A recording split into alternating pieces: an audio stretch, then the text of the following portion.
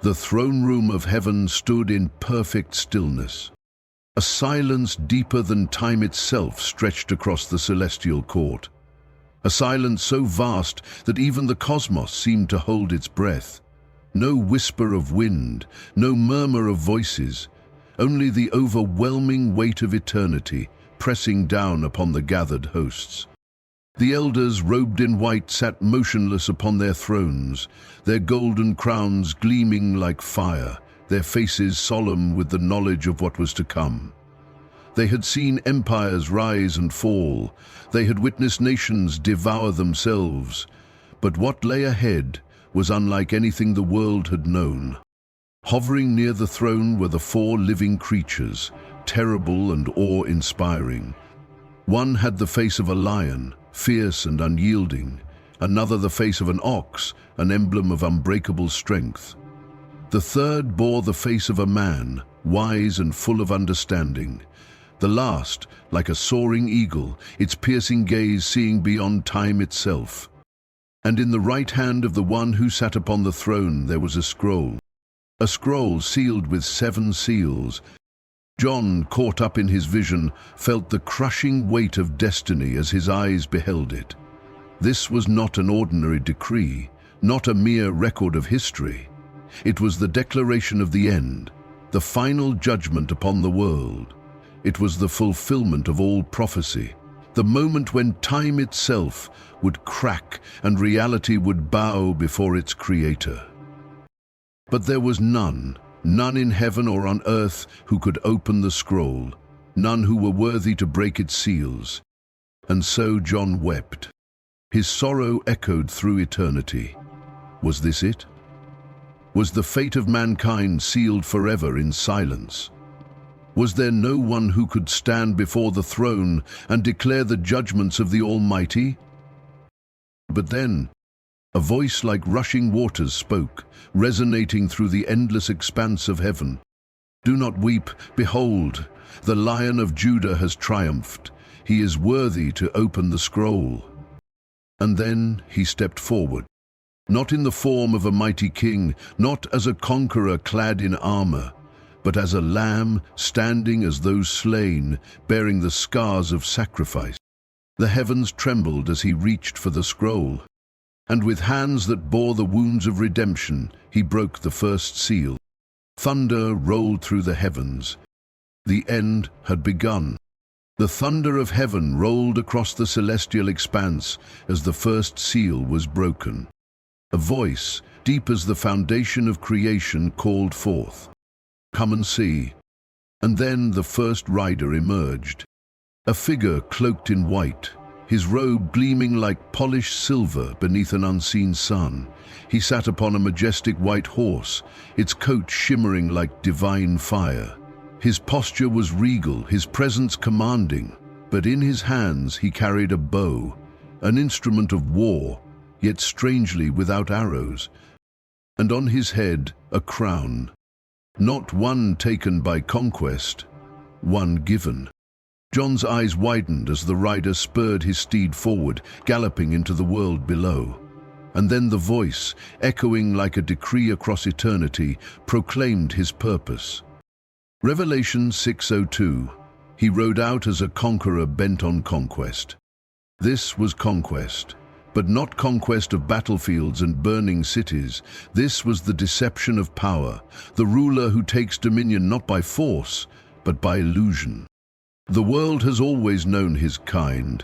He came as Caesar, conquering the Republic with the promise of stability. He came as Napoleon, declaring himself emperor in the name of liberty. He came as leaders and ideologies, draped in the garb of righteousness, speaking of unity while silently tightening the chains of tyranny. And still he comes. The white horse is deception. It is the false Messiah, the leader who whispers promises of peace while plotting dominion. Some scholars see him as the Antichrist, the final world ruler who will unite nations under a banner of false salvation. Others see him as the spirit of empire, the force that has driven humanity to conquer, subdue, and claim sovereignty over lands that were never theirs. Historical parallels. the White Rider in human history.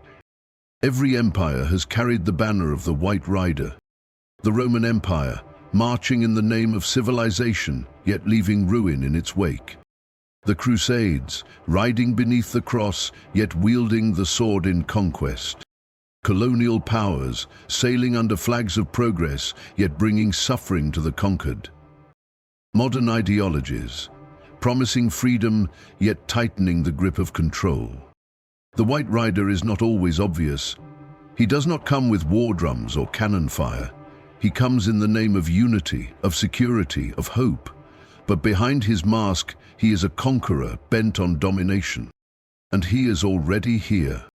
For wherever men rise to claim power, wherever kingdoms are built upon illusions of righteousness, the White Rider rides forth.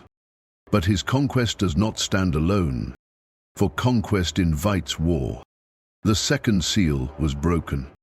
A second voice thundered through heaven. Come and see. The air thickened with the scent of iron, and from the shadows of time, the second rider burst forth. A warrior bathed in crimson, his horse the color of spilled blood. Where the first rider conquered with deception, the second rode with violence. He carried a great sword, long and gleaming, forged not for defense but for slaughter. Unlike the first, he did not need illusion. He did not promise peace. He came to take it away. The heavens trembled as his charge ignited the world. Revelation 6:04 declares, "The rider was given power to take peace from the earth and to make people kill each other." This was war. He did not create violence. He unleashed it. He whispered into the hearts of men, and they turned upon each other. Brothers became enemies. Cities burned. Nations crumbled. Historical parallels. The Red Rider in human history. The red horse has always galloped through history, leaving trails of fire and ruin. The Mongol conquests, where entire civilizations were reduced to ashes. The world wars, where nations tore each other apart with the promise of an end to all war. The Cold War, where fear alone was enough to hold the world hostage. Civil wars, where brother fought against brother, each believing they carried justice. The Red Rider does not favor one side over another. He rides with revolutionaries and tyrants alike. He rides with kings and rebels, with nations and terrorists, with armies and assassins. He is the fire that consumes the world, and he is always near.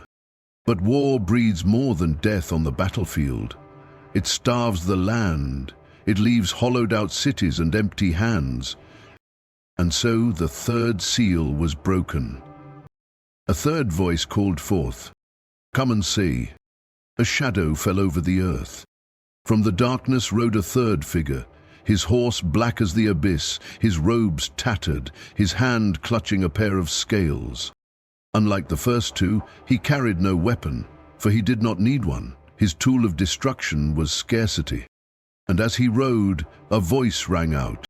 Revelation 6:05, verse 6. "A quart of wheat for a day's wages, and 3 quarts of barley for a day's wages, but do not damage the oil and the wine." This was famine. But this was not just hunger. The Black Rider does not starve the world by accident. He does not simply bring droughts or barren fields. He brings imbalance. The poor starve while the rich feast. The price of a loaf of bread becomes an entire day's wages, but the luxuries of the wealthy remain untouched. Historical parallels. The Black Rider in human history. The Great Depression, where millions suffered while the elite controlled the markets. The Irish famine, where food was exported even as the people starved. Modern economic crises, where billionaires flourish as families struggle for survival. The Black Horse does not just take food, he takes justice. For in his wake, inequality thrives. The weak grow weaker, the strong grow stronger. And yet, there is one more to come. For famine leads to death. The fourth seal was broken. A fourth voice called forth. Come and see. The fourth seal broke, and heaven itself seemed to shudder. A chill swept through eternity, deeper than the void between the stars. And then he came, the last rider. Unlike the others, his steed was not white, nor red, nor black. It was pale, the sickly, decaying color of rotting flesh, of a corpse long abandoned. It moved without sound, without haste, as if the very air refused to carry its presence. And upon its back sat the final rider. His form was shrouded in shadow, neither living nor dead, neither man nor beast. He carried no sword, no bow, no scales, for he did not need them. For he had a name. And behind him, like a great and terrible tide, followed Hades, the abyss itself, the realm of the dead, the endless graveyard where all who fell before him would be swallowed. The voice of heaven declared his purpose. Revelation 6:8. They were given power over a fourth of the earth, to kill by sword, famine, plague, and wild beasts. This was not just death by war, not just death by famine, this was all death. The inevitable, the inescapable, the final reckoning of all things. Where the white rider conquers, where the red rider wages war, where the black rider starves the land, the pale rider always follows. His shadow looms over every era, every kingdom, every generation. The Black Death, 1347-1351, a plague so unstoppable that corpses were stacked in the streets like discarded refuse. It wiped out a third of Europe. Men, women, children fell alike. The Spanish flu, 1918-1920, a sickness that killed more than the world war that preceded it, striking swiftly and without mercy.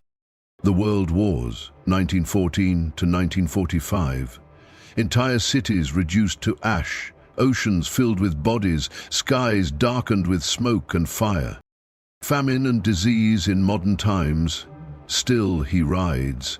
AIDS, Ebola, pandemics, wars in forgotten lands, hunger in the shadows of towering skyscrapers. No one is untouched by him. No kingdom is beyond his reach. No empire can bargain with him. For when the Pale Rider arrives, there is no negotiation. He takes kings and beggars alike. And though men have tried, none have defeated him. One by one, they had ridden forth. The white horse, bringing false peace and deception. The rise of rulers who claim salvation but bring chains. The red horse, bringing bloodshed and violence, turning men against each other in war and conflict. The black horse, bringing scarcity and suffering, where the poor starve while the powerful grow fat. And the pale horse, the inevitable, bringing plague, decay, and the final judgment upon all flesh. They do not act alone. They are a cycle, a pattern etched into the bones of history. The world has seen them before, and it will see them again. For the scroll was not yet fully open. The seals had begun to break, but what lay beyond them was far greater still. The world trembled, and the heavens waited. For beyond the four, beyond the riders, beyond the breaking of the seals, there was still something greater to come. And when that last trumpet sounds, it will not be a rider that emerges. It will be the King, and his kingdom will not fall. The book of Revelation 6.1-8 has been interpreted in many ways across centuries. Theologians such as Matthew Henry, Charles Spurgeon, and Augustine of Hippo have debated the nature of the four horsemen. Matthew Henry saw them as symbols of political and spiritual events, unfolding progressively through history. Charles Spurgeon viewed them as warnings of the coming judgment, a divine reckoning that would be unstoppable. Augustine of Hippo taught that they represented the inevitable decline of human civilization, the consequences of sin and rebellion against God. In every age, wars have been fought, empires have risen and fallen, famines have ravaged the land, and plagues have wiped out millions. Are the four horsemen a prophecy of the future, or have they always been riding, their hoofbeats echoing through the sands of time? No matter the interpretation, one thing is certain: their ride is not yet finished. And when the final seal breaks, when the last trumpet sounds, when the King returns to judge the living and the dead, the world will never be the same again. If you enjoyed this retelling, don't forget to like, subscribe, and hit the notification bell so you never miss a story from Whispers of Heaven. Until next time, stay faithful, stay strong, and keep listening for the Whispers of Heaven.